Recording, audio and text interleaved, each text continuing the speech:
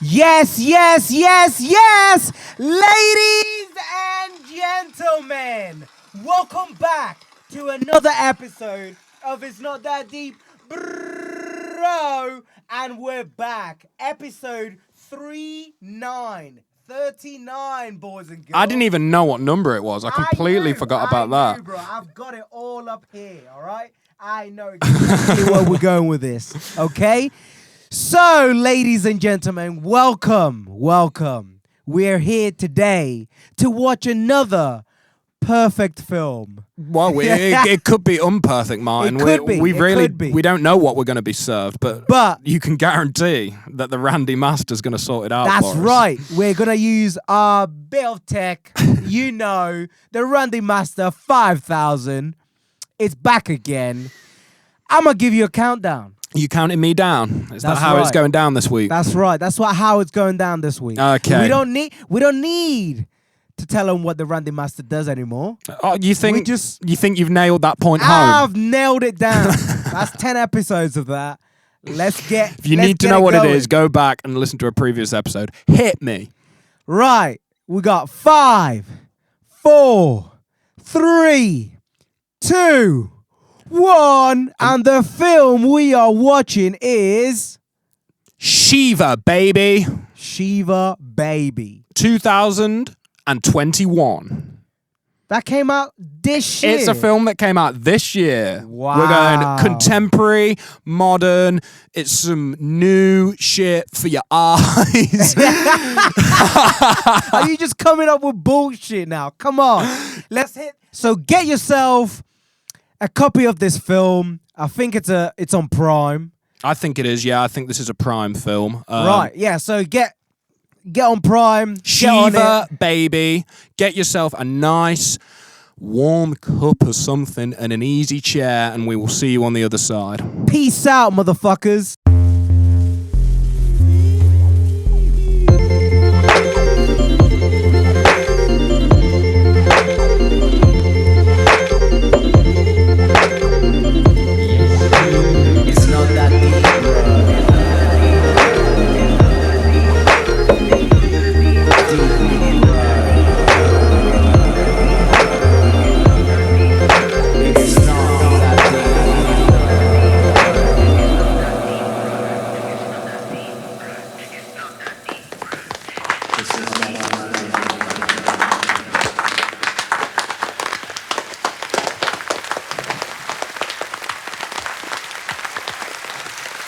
And we're back, baby.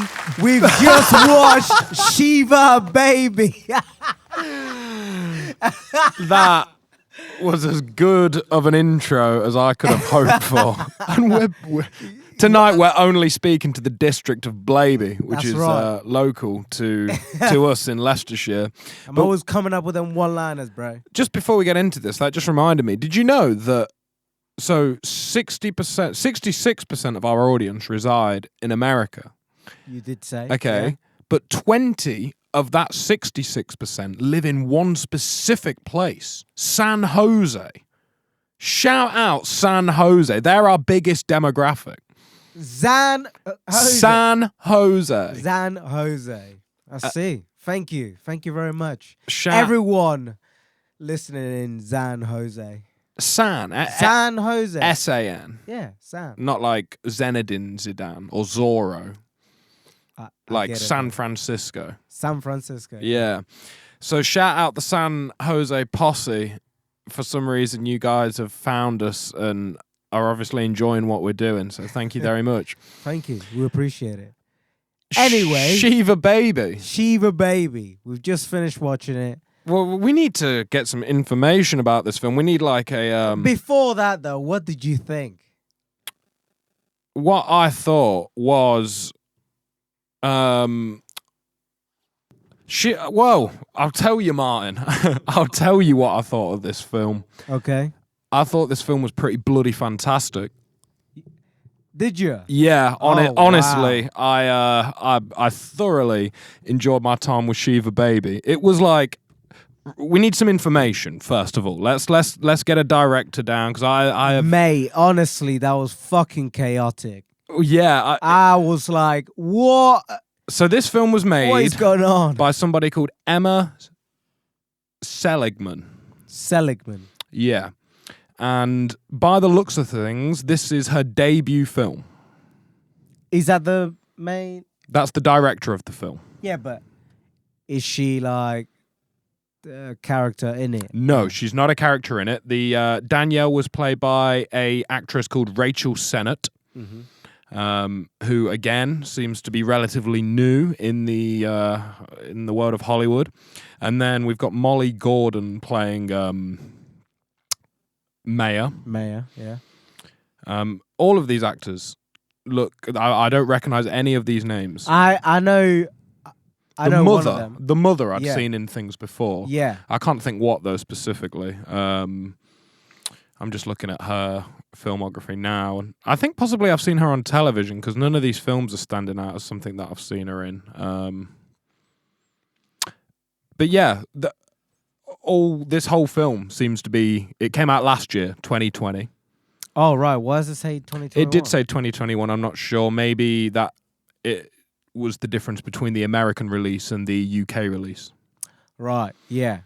So when did it come out? It just says 2020 here, but then on the internet we did see 2021. So it will be a regional difference. Yeah. First of all, we should probably talk about what a Shiva is. I just want to get a brief. What is a Shiva? Right. A Shiva is a week-long mourning period in Judaism for first-degree relatives.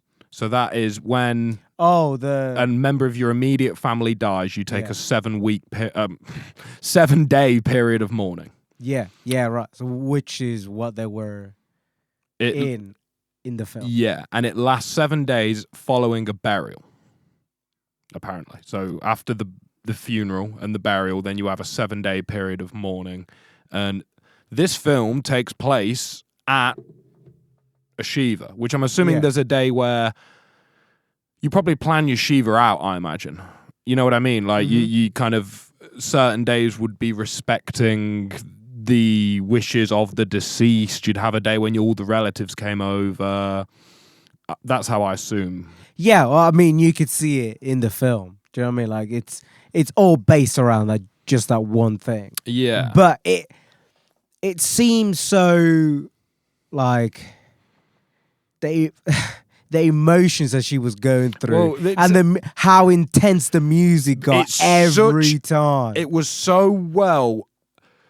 I have a lot of thoughts about this film because it was, on paper, it's a girl coming home to go to a Shiva. Yep. Basically, that is like the basic premise. The main character of the film, Danielle, is coming home to go to a Shiva with her family. Yeah. After having sex with a man. And that's how the film starts. Yeah. And I love it because you're constantly asking questions, like, especially if you don't know what a Shiva is and you're not familiar with Jewish kind of culture. Yeah. I thought it was just a funeral, but then you explained it. It's a 7-day mourning Jewish period. tradition, yeah. Yeah. So it's written ingeniously, like the way that as soon as she gets to the Shiva, you instantly think, because I saw that this film was 1 hour and 18 minutes, so I was like, okay, this is going to pack a lot in.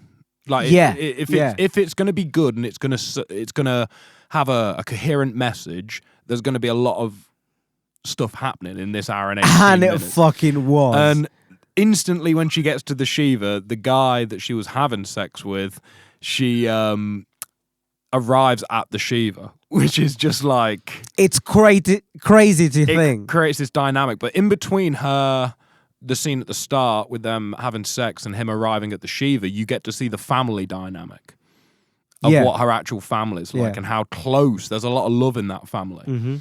And so much so that it seems...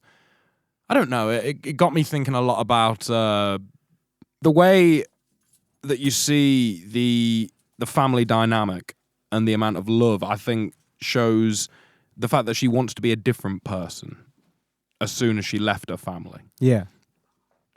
She instantly ran away. Because I'm coming to the conclusion that all feelings are just very intense. Actually feeling emotion, like, fully to its, like... The way they portrayed it was, like, fullest perfect. degree is difficult. It was good. And to portray, like, the way they just put every scene, like, obviously some of them were, like, mild, but then you could just feel it all coming in. Well, her anxiety, how that event should be one of love. There's a line in the film, everyone loves you here. Yeah. And there's a scene that I thought was absolutely fantastic, and it was when she was almost hallucinating. Yeah, when... Almost tripping out. And it's because... So all these... We can establish that she's fractured her identity. Mm-hmm. She has this person that all the people that she grew up with know her to be. Yeah. And then she's got this new person that she's living outside after she's graduated. And they inform one another. So she wanted to be her parents provide everything for her. You know, they pay... the parents say at the beginning, oh, well, you're on our payroll. Yeah. So that is going to leave one feeling in a position of powerlessness. Yes. They're not in control of their situation, sort of thing. So that's why she has started selling her body. Yeah, because she feels more in control. Yeah, in control. And empowered from that situation, which is... Well, it makes sense on paper when you write it down. It's not a good situation, but it makes sense.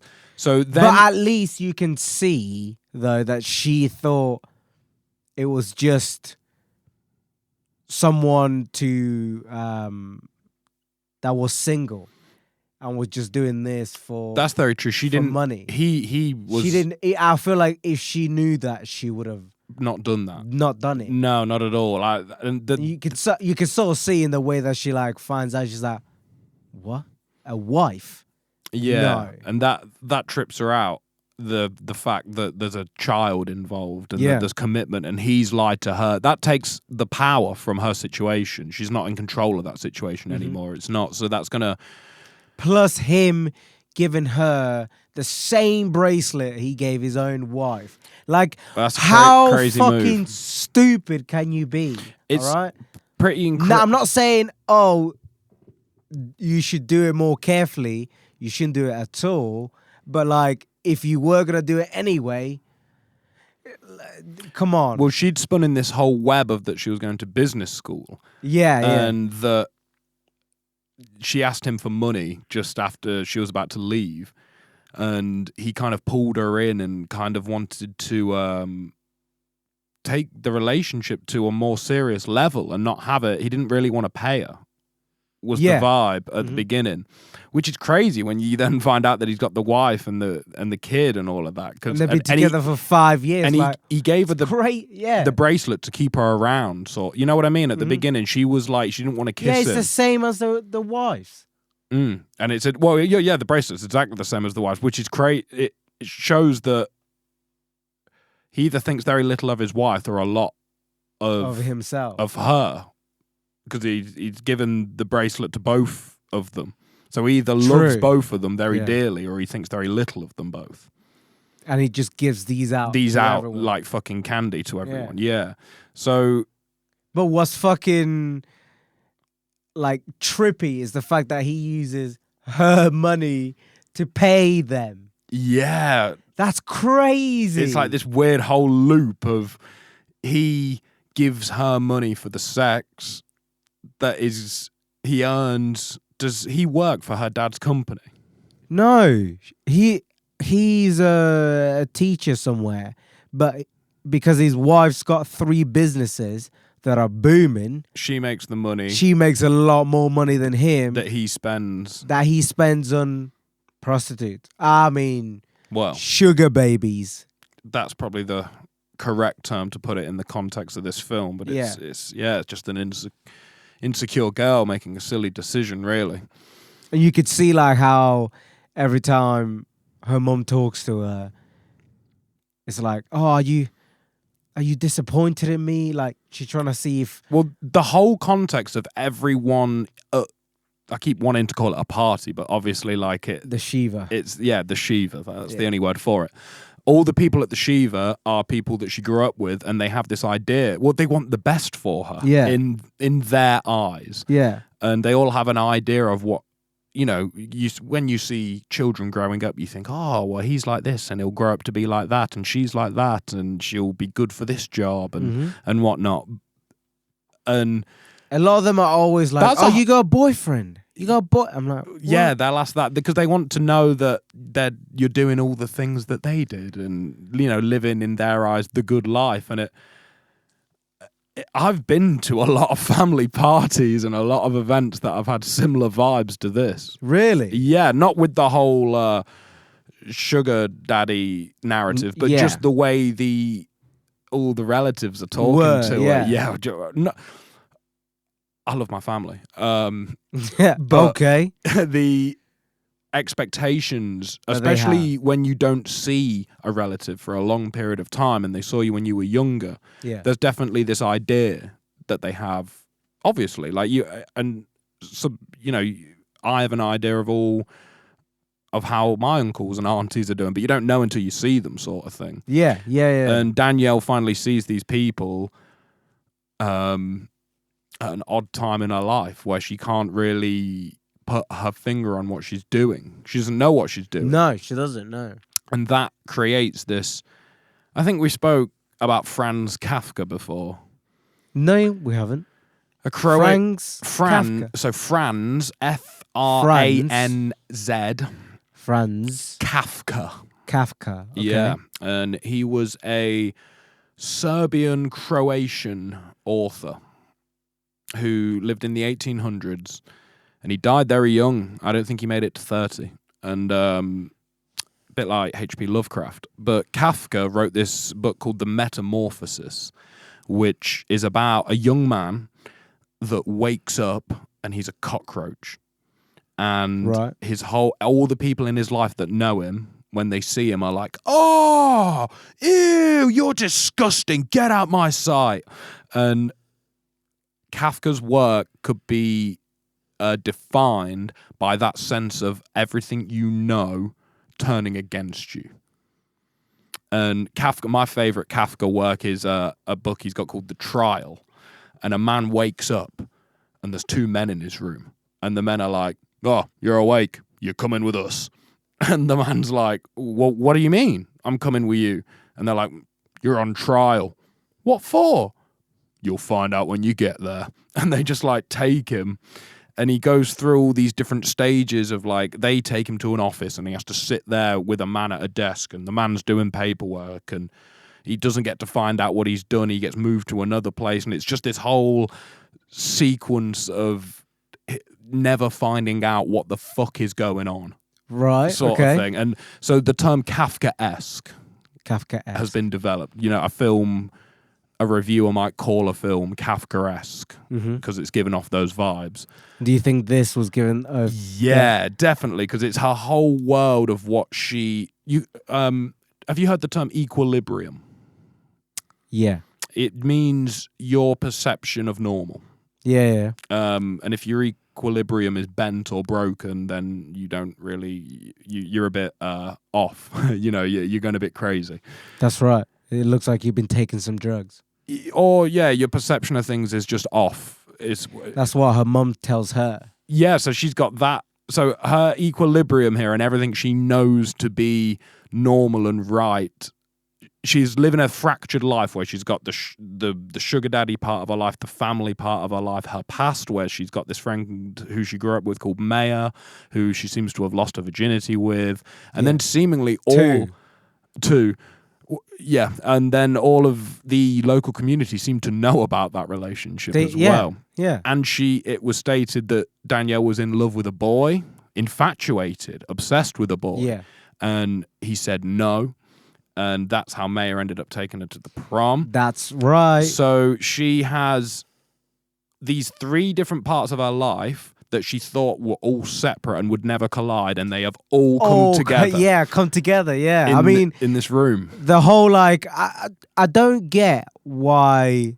Sometimes through the film, I was like, what's she gonna do? What is she after that she keeps like doing good shit for this guy? Do you know what I mean? This piece of shit guy. Yeah. Because like She's you insecure. see like halfway through, they get in the toilet and she's just there about to do it, and he's like, nah. He says no, and I'm like, what are you trying to like achieve here? Are you still trying to take his money away? So she's a young person, in the same way that she probably started doing the sugar daddy thing to feel like she's in control of something. At that point, when she was about to perform fellatio on him again in the bathroom, yeah. She had just been in a conversation with her mother. She was doing it to escape a commitment, to not confront the questions of what job she was going to get post-graduating. And if she can go upstairs and be in control of a situation, she'd rather do that than to be downstairs and be in this sea of chaos where she's out of control. That's right, yeah. Because everyone's like, oh no, you need to do this, you need to do that.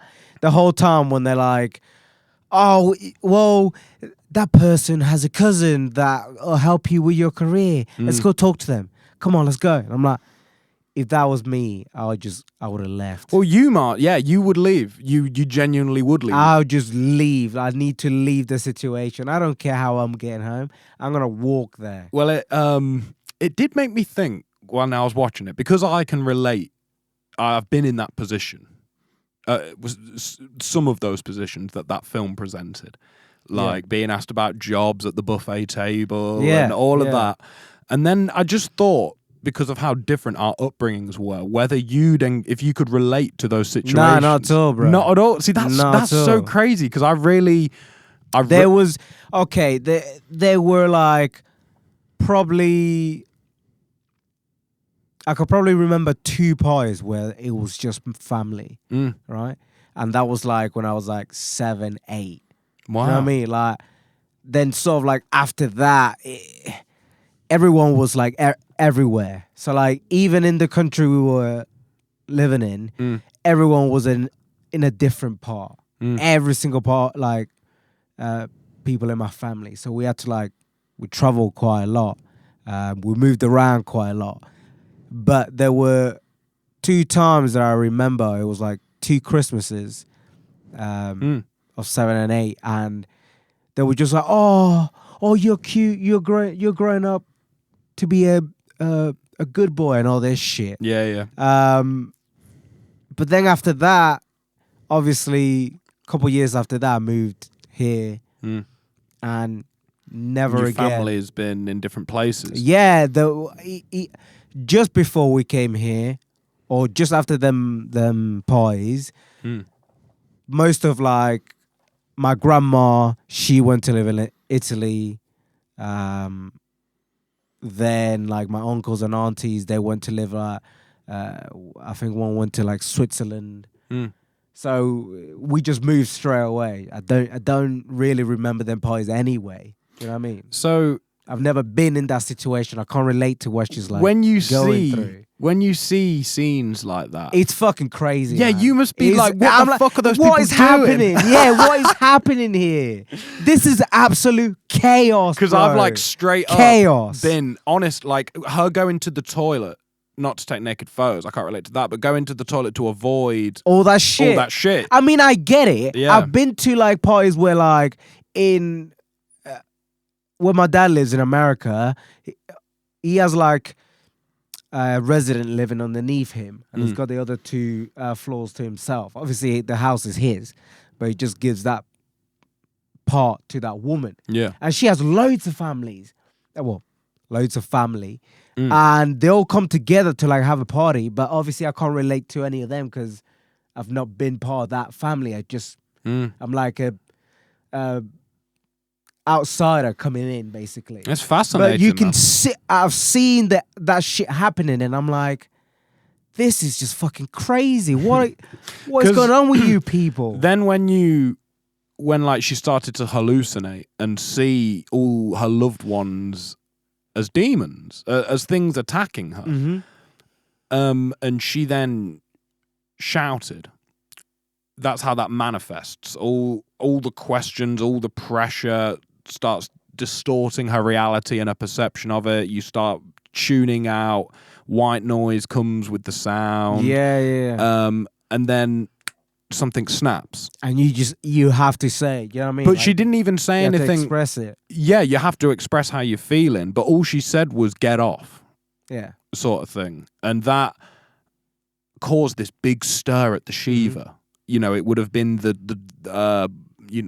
faux pas, the embarrassment, the talk of the family.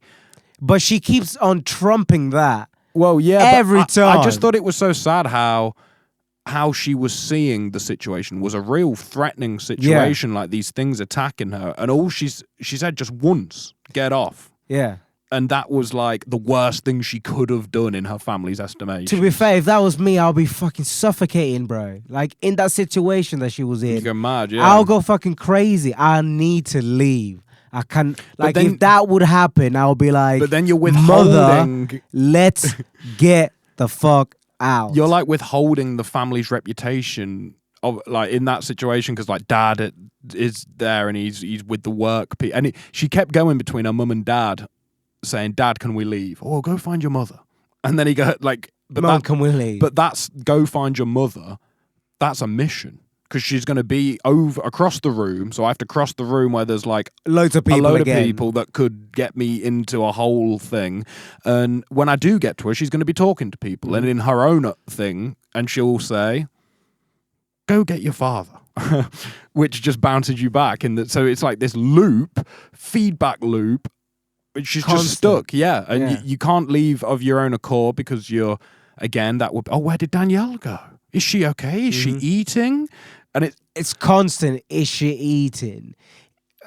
Look, just leave me the fuck alone. Yeah, to add on top of all the things that she's getting asked as well, they think that she's anorexic and on drugs. And I feel like if I grew up in that situation, I'd be different than what I am now. So like, if I was the way I am now in this situation, I'd be a lot more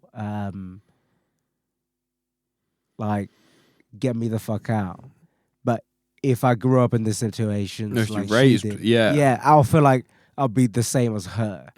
But it still in my head would be like I'll need to take drugs or something. You know what I mean? Yeah, I mean I thought this was a really cool bit of modern filmmaking because this isn't like a film that you could make 50 years ago. People wouldn't have got it. This is like very of its time. It's very modern, and it's surprising to be 2020. She does mention in the film that I'm working from home at the moment. I wondered if that was it's sort of like a hint to like Corona. I wonder if that was a Corona reference or not.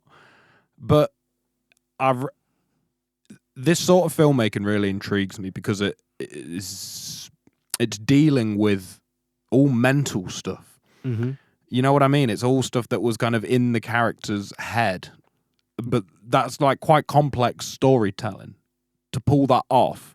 You said that the soundtrack was almost a character in this film. Yeah. Did we watch Punch Drunk Love? No. So Punch Drunk Love is directed by the guy who directed Boogie Nights, and it features Adam Sandler in one of his rare critically acclaimed roles where everyone just loves it. And it's about, he plays this character who is riddled with anxiety, and he ends up in very similar family situations to Danielle. Like, well, all these people are there and they expect him to be a certain way and a certain character.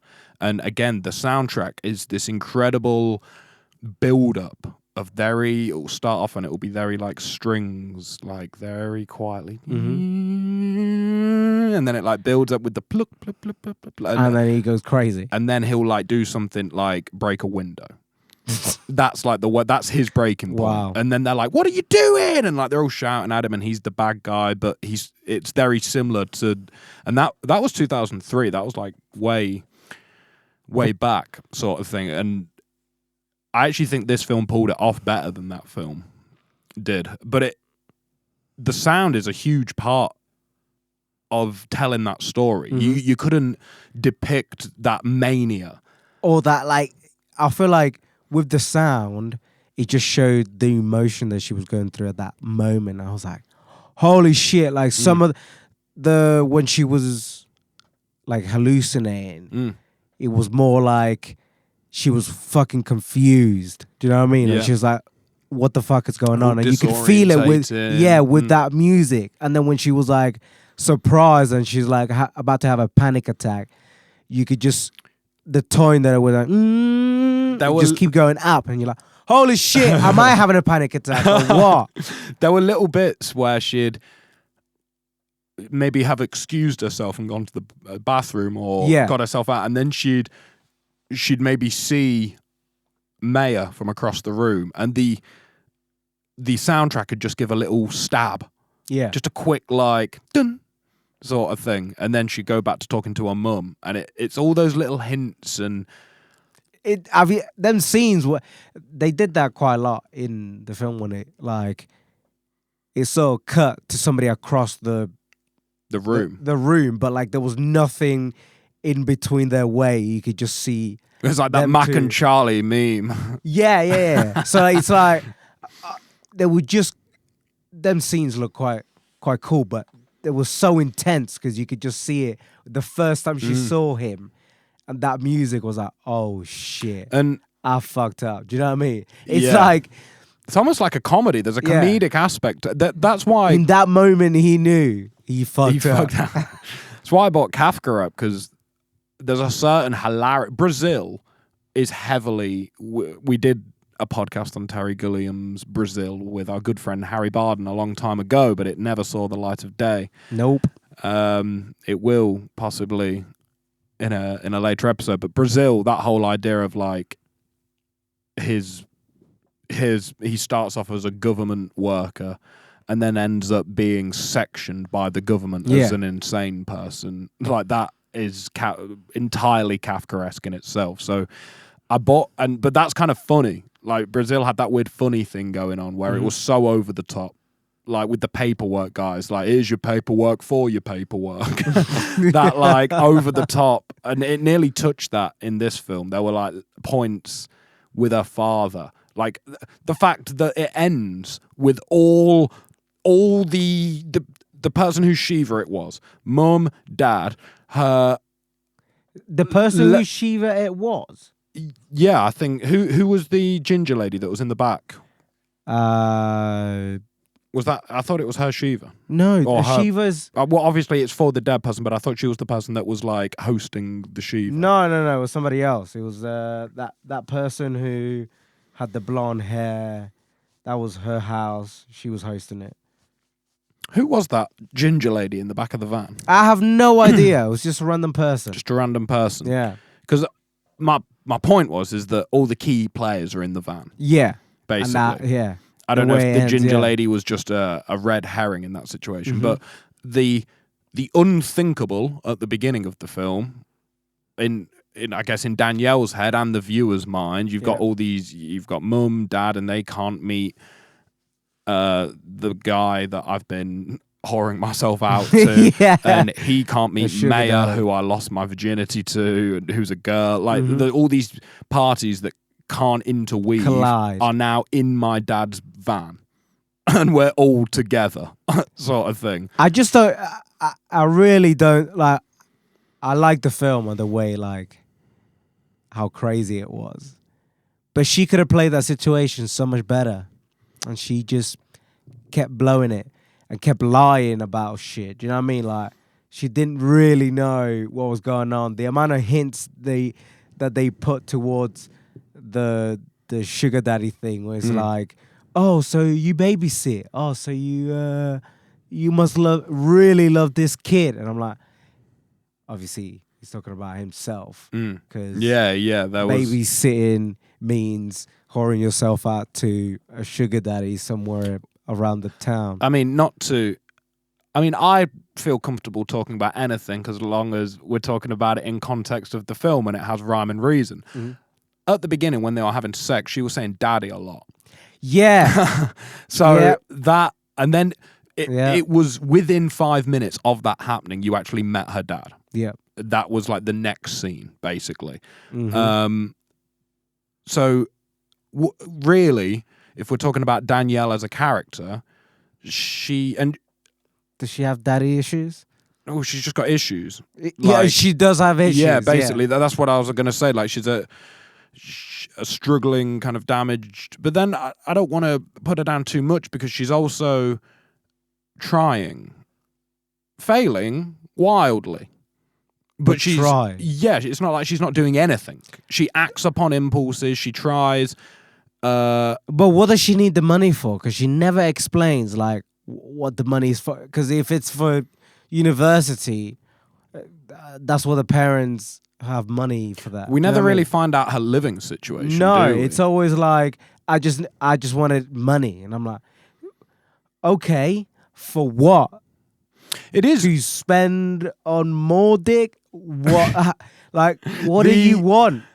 The moral fiber of her character is a hard one to calculate. I will say that it is hard to work out. I mean,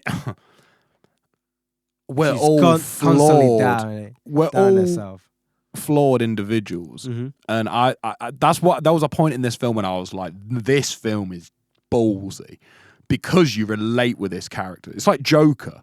That's why Joker worked, because Joker's the enemy typically. Yeah, but then that film made you empathize with the baddie. So it's like, oh, I feel naughty. Like, that's why that film did so well, because it made everyone feel naughty and okay with being bad. I bet this film does well then. So I think this film is pretty highly rated, and hence why it's on this list. I can't think of a reason why. I mean, possibly I put it on this list because I thought Shiva was referencing the Hindu god, which is an entirely different thing. I may have just seen the word Shiva and been like, well, that's got to go on the list. Yeah. But wow. I don't think that's why this is on the list. And I think I've heard this film being brought up as one of the best films of last year, just in a lot of conversations like that. And I can see why. I can entirely see why. Because you do at times empathize with Danielle, even though she's a police of work. A police of work? A piece of work. A piece of work, okay. You know what I mean? Yep. Right. And on that note, closing thoughts. Give it to me. Well, that was really my closing thoughts just there. Like, that she was the damaged heroine of the film, but was trying her utmost to please everybody but herself. And in effort to please everybody, she ends up pleasing nobody. Whoa. Maybe Maya. Who knows? Yeah. You know what I mean? They do hold hands on the way out. It's a little ambiguous. There's a lot of ambiguity. I could give this a second watch, you know? Mm-hmm. It was only an hour and 18 minutes, and it was probably an hour and 14 or something without credits and everything. Mm-hmm. So it's short as anything, but it packs a punch, and I like it, man. What are you thinking?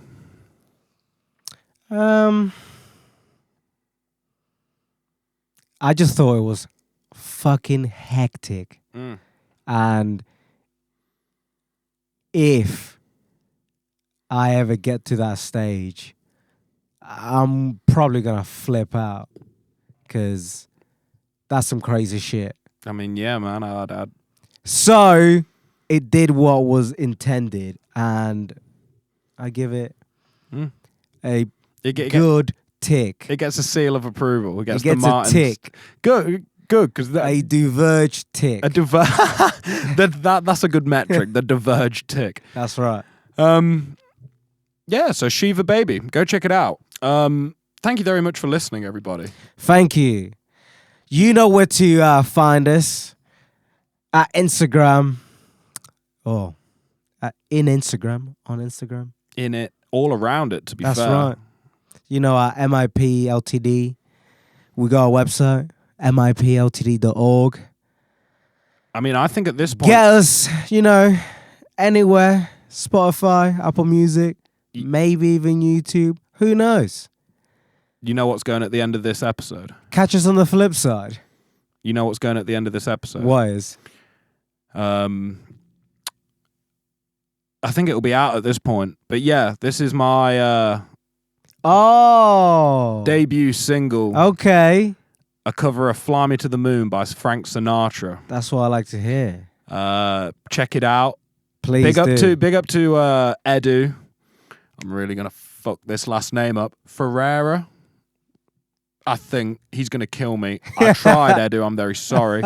And everyone at 24/7 Studios, Perry and Raj and Voz and Rich and Gino. Glenn and Gino and I hope I'm not missing. And Borna, the stylist. Jesus Christ, I've opened a can of worms here. Yeah, you have. Just keep going. But thank you so much to everybody that was involved putting it together. The video's on YouTube. You search ølund on any platform of your choice and you will find the song Fly Me to the Moon. I hope you enjoy it. Yeah, that's it for your listening pleasure. Episode 39. That's right. It's not that deep, bro. Peace out.